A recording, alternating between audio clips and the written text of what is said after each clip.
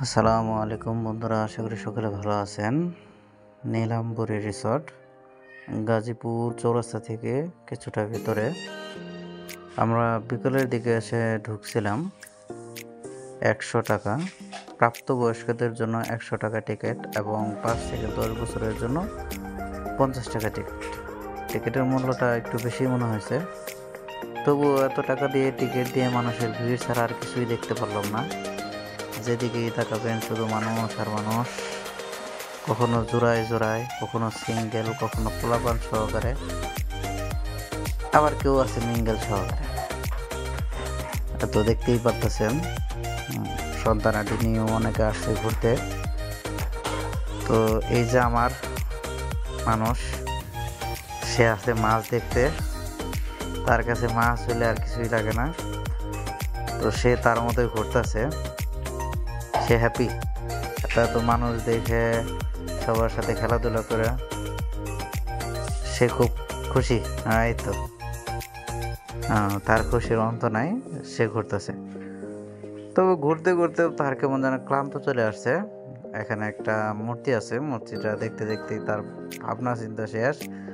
সে এখন ক্লান্ত, দেখতেই পারতেছেন, বারবার হেরিয়ে পড়তেছে। এটা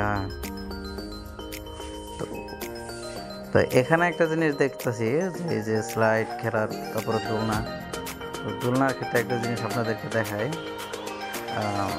তবে এই যে আমাদের সাথে আমার বড় ভাই গেছে, তার ছেলে এখন স্লাইড খেলতে যায়, পরবর্তীতে তার ভয় লাগতেছে, সে আর দিচ্ছে না। তো তারপরে তারপরে দেওয়া হচ্ছে, আর ছোটো মানুষ ভয় পেতে পারে। তো দোলনাতে দেখতেই পারতেছেন বড় বড় বাবুরা বসে আছে, সেখানে ছোটো বাবুদের কোনো জায়গা নাই। তো আমরা এদিকেই আসলাম।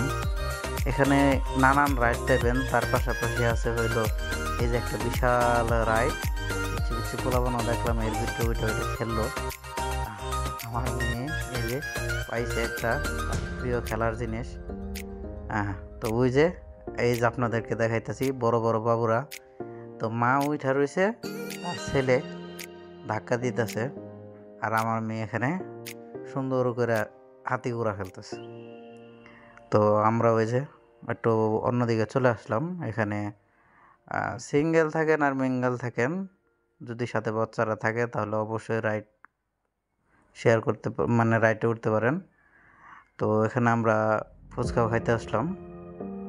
আমাদের ছোট ফুড ব্লগার আছে, এই তো সে খাইলো, খাওয়ার পরে এই তো গুড, তারপরে কিছু ফুচকা খেয়ে আমরা আবার চলে আসলাম মাছ দেখতে, কেননা সে মাছ দেখতেই ব্যস্ত। আর তবে এখানে আসার পর একটা জিনিস দেখলাম, সেটা হলো যে এখানে টিকটকারদের একেবারে পুরা ভিড়। টিকটকার সম্রাট যারা আছে, এই তো দেখেন কি আজব একটা ক্যামেরা বসায়া। আমরা তো আর সারাদিন সারা বিকাল তো ঘুরলাম, রেস্টুরেন্টে যাইতে পারলাম না, তো সন্ধ্যা হয়ে গেছে। রেস্টুরেন্টে দূর থেকেই দেখে বিদায় নিতে হবে না, তাও গিয়েছিলাম, আইসক্রিম খাওয়া হয়েছে। আর এই যে আমার মেয়ে, সে তার মতোই খেলতেছে, এবং তার মাছ দেখতে পারলে আর কোনো কিছু লাগে না। তো শেষ দিকে একবার সন্ধ্যা হয়ে গেছে, আলো জ্বালিয়ে দেওয়ার পরে নীলাম্বরী রিসোর্টটা ভালোই লাগে। তো ঈদের মৌসুম, মানুষের উপচে পড়া ভিড় ছিল।